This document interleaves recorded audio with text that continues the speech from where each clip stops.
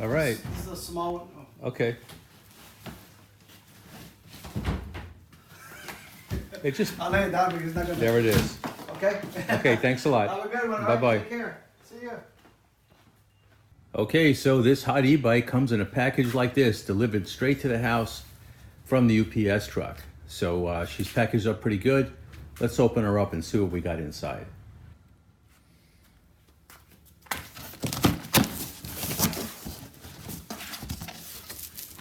Okay, and there she is, all packaged up pretty good.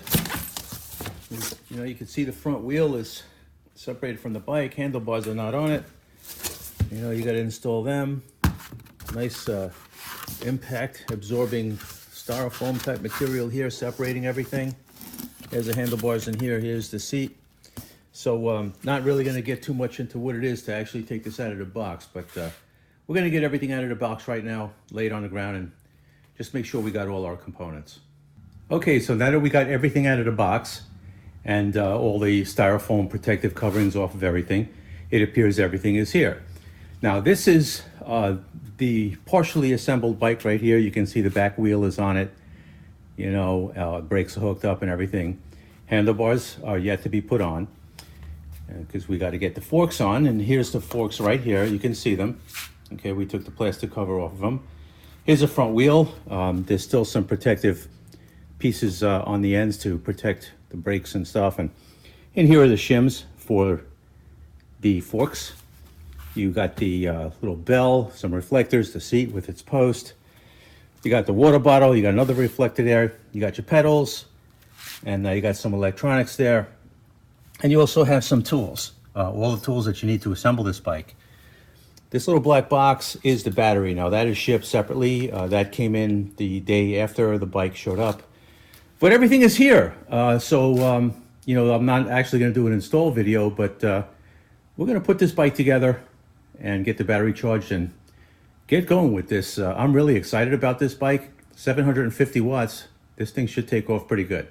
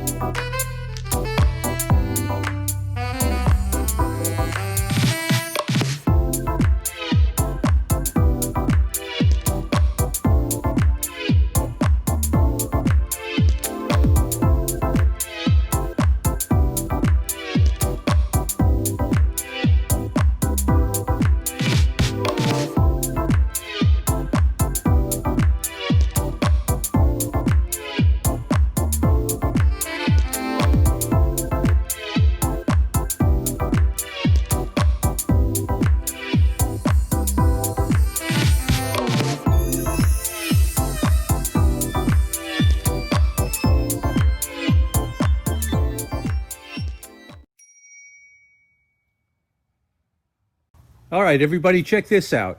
This is a e-bike. This is a bike I just picked up, you know, just to ride around, get a little exercise and catch a little air and just get outside. Brand name of this bike is Hotebike, right? 26-inch wheels. This is not a fat tire bike. This is just basically a mountain bike sized bike. It doesn't even really look like an e-bike. You could hardly see the battery, but right over there is a 750 watt battery, 48 volt, 13 amp hour battery. You know, so this bike is pretty cool. I just rode it for the first time. It's 21 speed. You can see it's got 3 sprockets in the front, 7 sprockets in the rear. You know, 21 speed. This seat is not the seat that comes standard on the bike. That's a seat that I already had. You know, it's a good seat for this bike because it's got springs. Rear suspension, there is none, so it's a hardtail, but it does have suspension in the front. Here's the electronics. You can see here, there's different levels of pedal assist, 1, 2, 3, 4, and 5.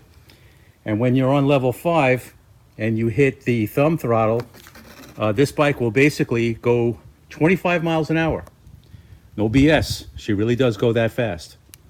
So not really bad for, you know, for a relatively inexpensive bike. And this bike only cost me about $1,400. And I'm really digging it, man.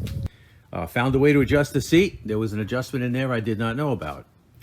But what I'm finding is that this kind of bike, this kind of layout sometimes can be a little bit uncomfortable because, you know, it being a mountain bike, you're kind of always leaning forward onto the handlebars, which is a little bit uncomfortable for me. So what I've done is I've gotten a new steering knuckle or whatever you call this kind of thing. You can see it's got a 60-degree adjustment range, you know, and you put it in place of the standard one that's on the bike right there. You've replaced that with this, and that'll raise the handlebars. So yeah, we're gonna put this on, see how it is, ride it around. Once I get it on, I'll post another video of it and let you guys know what I think. So you can see I put the new steering neck on it. I've got it adjusted to maximum angle. And I gotta tell you guys, that has changed this bike completely. It's a pleasure to ride now because the handlebars are higher. I can sit a little bit more upright, and it's far more comfortable. You know, you take a look at it and you see there was a huge difference in the angle. So I'm enjoying this e-bike. I haven't done anything with the controller to change the speed or anything. She still goes 24 miles an hour. But I got more changes. This is a hardtail, right? This has some suspension in the front, just some air shocks, nothing fancy. But this is a hardtail, and sometimes over bumps it's a little rough. I got the springs in the seat, which helps a little bit. You see that blue tape I got on there right there? I've been taking some measurements to get some kind of device for the seat post to absorb some of the shocks. So, and there you have it. That little steering knuckle has really changed the dynamic of this bike. The riding experience is far improved. And we're gonna make another change. We got one of these Zoom seat posts with a little shock absorber in it. Now, this is a very inexpensive way to approach this. This is only a $30 part. It's gotten some good reviews considering its cost and how effective it is. Really don't ride this bike off-road. It's just on streets, but some of them are bumpy and it can get a little bit uncomfortable. So we're gonna make a little change. We're gonna put this little Zoom seat post on with a few adjustments that should bolt right in. My seat height is roughly where it is. That's about 10 centimeters, okay, in height. And it takes about 10 centimeters to use this and have the seat post bottom out on this collar down here, right about where the clamp is, down here. So it should work. We have the clearance. And so we're gonna put it on the bike, ride it around a little while, and I'll post another video to let you guys know what I think about this. In my last video, I showed you the Zoom little shock absorber type seat post, and what a difference that made. It's huge, the difference in the comfort of this bike because of that seat post. Now, it takes a little adjustment to adjust for your body weight, so I had to actually tighten it up a little bit so that it wasn't too cushy. And it rides great. It makes it far more comfortable than it was. And it also enabled me to put a little bit more air pressure in the rear tire, because I used to run that a little low pressure just to cushion, you know, get a little bit more cushioning, but I don't need that anymore. Now, you know, I got the shock absorber in the seat post. I got more air pressure front and back, and the bike is riding great. So, yeah, I mean, that's probably about it for this bike. There's not too many more upgrades I can make.